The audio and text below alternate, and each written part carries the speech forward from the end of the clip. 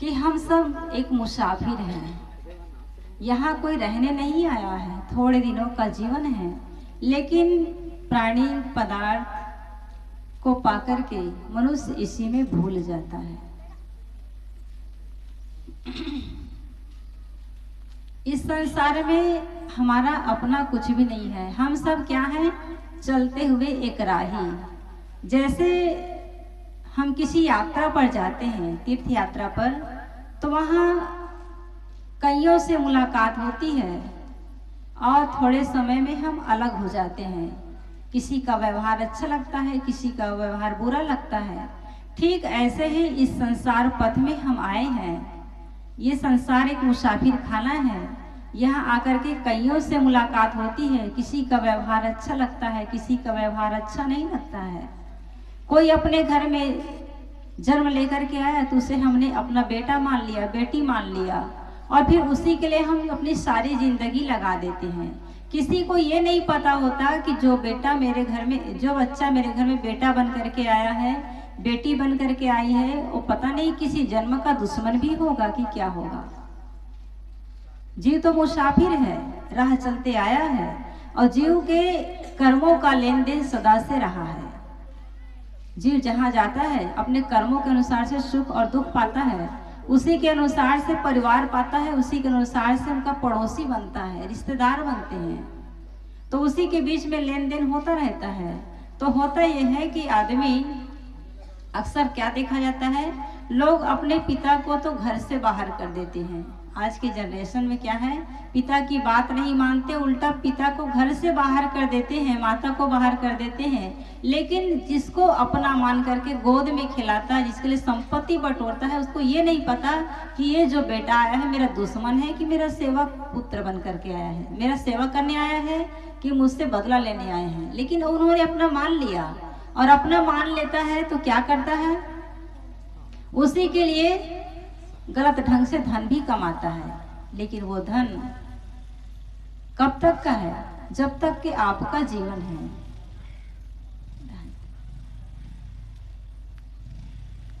जब तक कि अपना जीवन है तब तक कि आप उनका उपयोग कर पाएंगे, आपका बेटा उपयोग कर पाएंगे। और जब आप नहीं रह जाएंगे तो आपके साथ में वो धन चलने वाला नहीं है।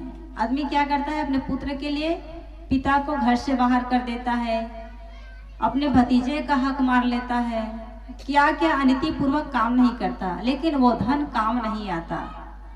आपने जो गलत किया है उनका संस्कार आपके भीतर बैठ गया, वो संस्कार आपका साथी होगा। इसलिए ध्यान रखना है कि यदि कोई आपके पास बेटा बन करके आया है, परिवार बन करके आया है, तो उनको उचित धन दो, ईमानदारी की कमाई का धन दो, उचित परवरिश करो, अच्छे संस्कार दो। ये नहीं कि तुम बगल वाले का, पड़ोसी का हक मार करके बेटे को धन दो। वो बेटा तुम्हारा नहीं है, वो तो कर्मों के वश आया है, लेकिन तुम बेटा के चक्कर में अपना कर्म खराब कर लेते हो। तो ये ऐसा नहीं होना चाहिए। रही बात भोग की, तो भोग में पड़ करके आज तक किसी को तृप्ति नहीं मिली है। जिन्होंने योग को समझा है उसकी ही मुक्ति हुई है, उन्होंने ही जीवन में आनंद को पाया है। इसलिए संसार के भोगों से हमको हटना है। संसार का भोग रुलाने वाला है। आज तक दुनिया में ऐसा कौन है जो पंच विषयों में पढ़ करके सुख पाया हो? सुख क्षणिक होता है। जैसे कोई चीज का स्वाद लेते हैं, जैसे कोई रसगुल्ला खा रहा है, तो रसगुल्ला खाने में शुरू में आनंद आता है, लेकिन उनको खिलाते जाओ तो आनंद नहीं आएगा। तो भोग में क्षणिक आनंद है, लेकिन योग में अनंत तृप्ति है। इस बात को हमें समझना है। कितने लोग भोग के चक्कर में और गलत विषयों में भी पड़ जाते हैं, गलत खान पान में पड़ जाते हैं, व्यसनों में पड़ जाते हैं। तो ये सब रुलाने वाला है।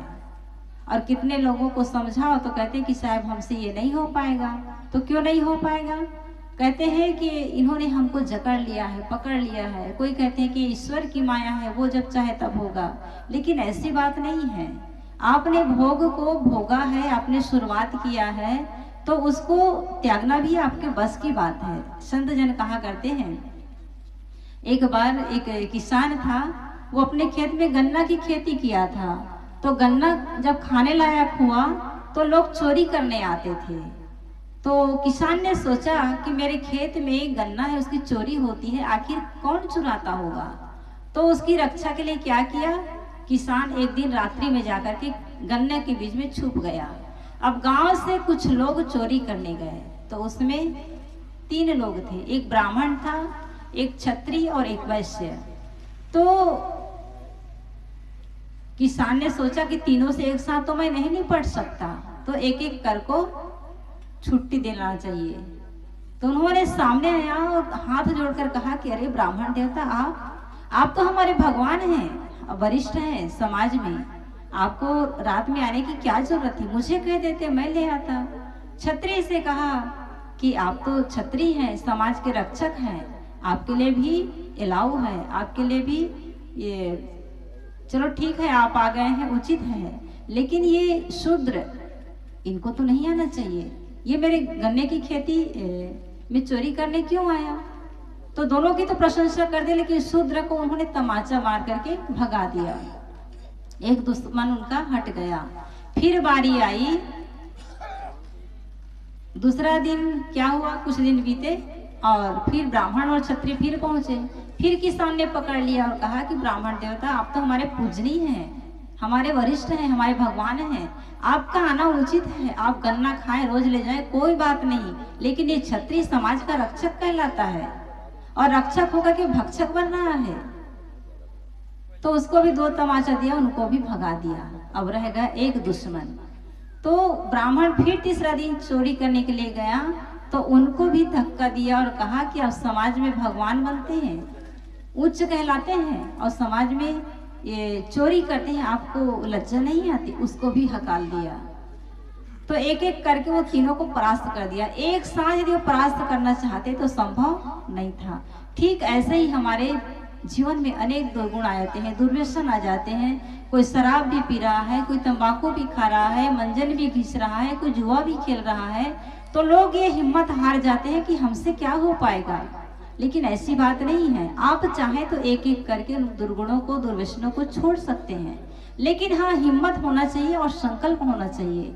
कहा भी गया है, न शाखे गुल ही ऊंची है, न दीवारें चमन बुलबुल, तेरे हिम्मत की कोताही तेरे किस्मत की हार है।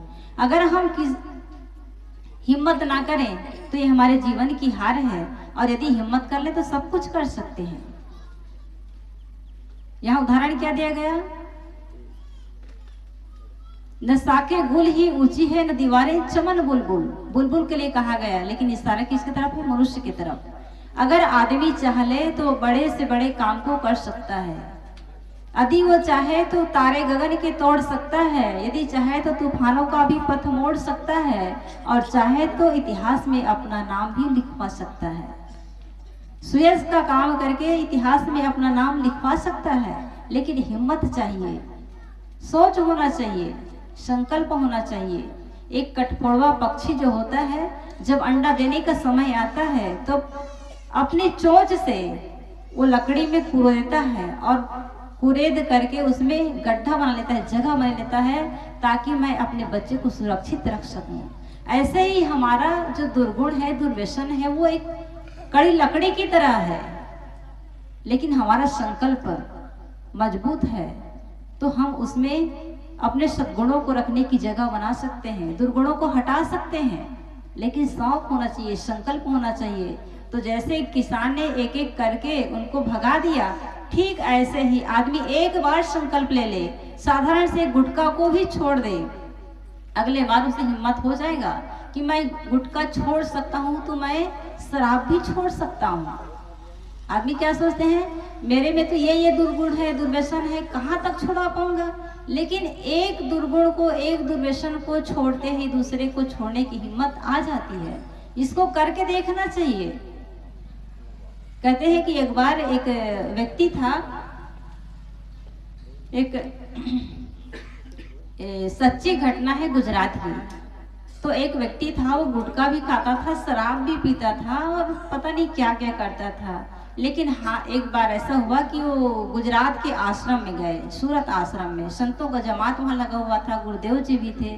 तो वो गया और सहज रूप से संतों के पास जाकर के वो बंदगी किया, और जैसे ही दर्शन किया उसके मन में क्या ऐसा विचार आया कि ये संत कितने अच्छे हैं, देखने में भी बड़े सुंदर हैं, सरल हैं, इतना पवित्र वेश है, इनके दांत चमकीले हैं, कोई दुर्गुण नहीं, ना तो चाय पीते हैं, ना पान खाते हैं, कुछ भी नहीं, फिर भी इसका जीवन चल रहा है, और मैं हूँ कि ये सब खा पी रहा हूँ।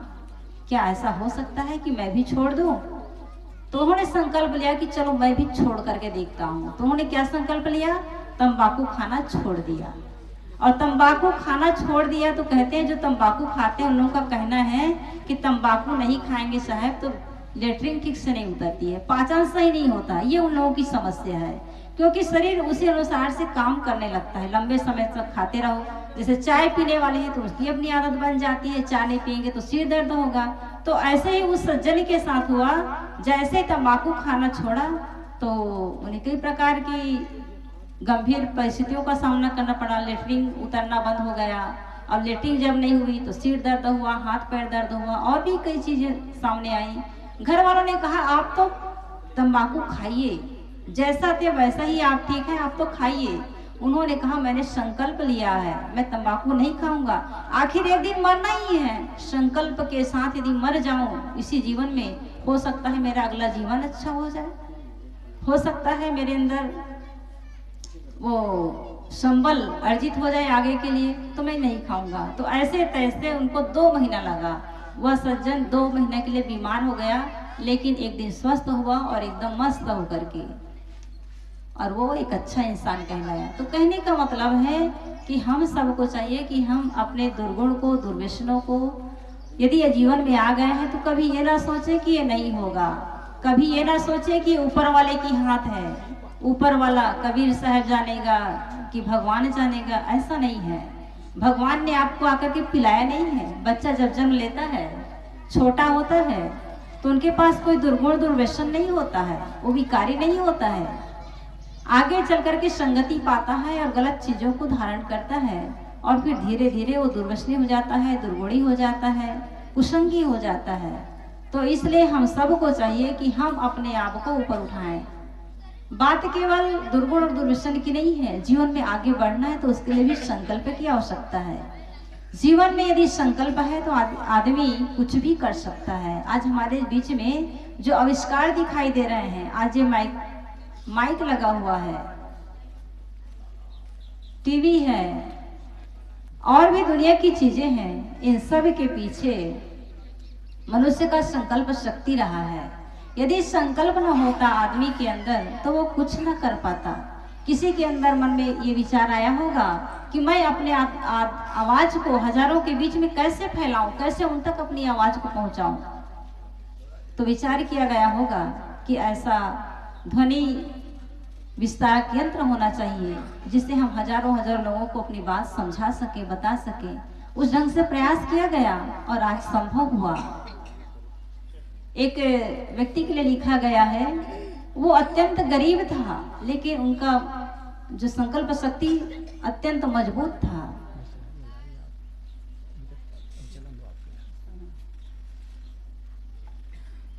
तो एक व्यक्ति था, नदी के किनारे बैठा था, उन्होंने देखा कि मछलियां जल में तैर रही हैं। तो तैरते हुए जब देखा तो उसके मन में आया कि काश कोई ऐसा माध्यम होता कि हम भी जल की सैर कर लेते, समुद्र की यात्रा कर लेते, नदी को पार कर लेते, कुछ तो होता। तो क्या यंत्र बनाया जाए? उसके मन में आया कि मैं ऐसा कुछ करूं कि हम नदी को पार कर सकें।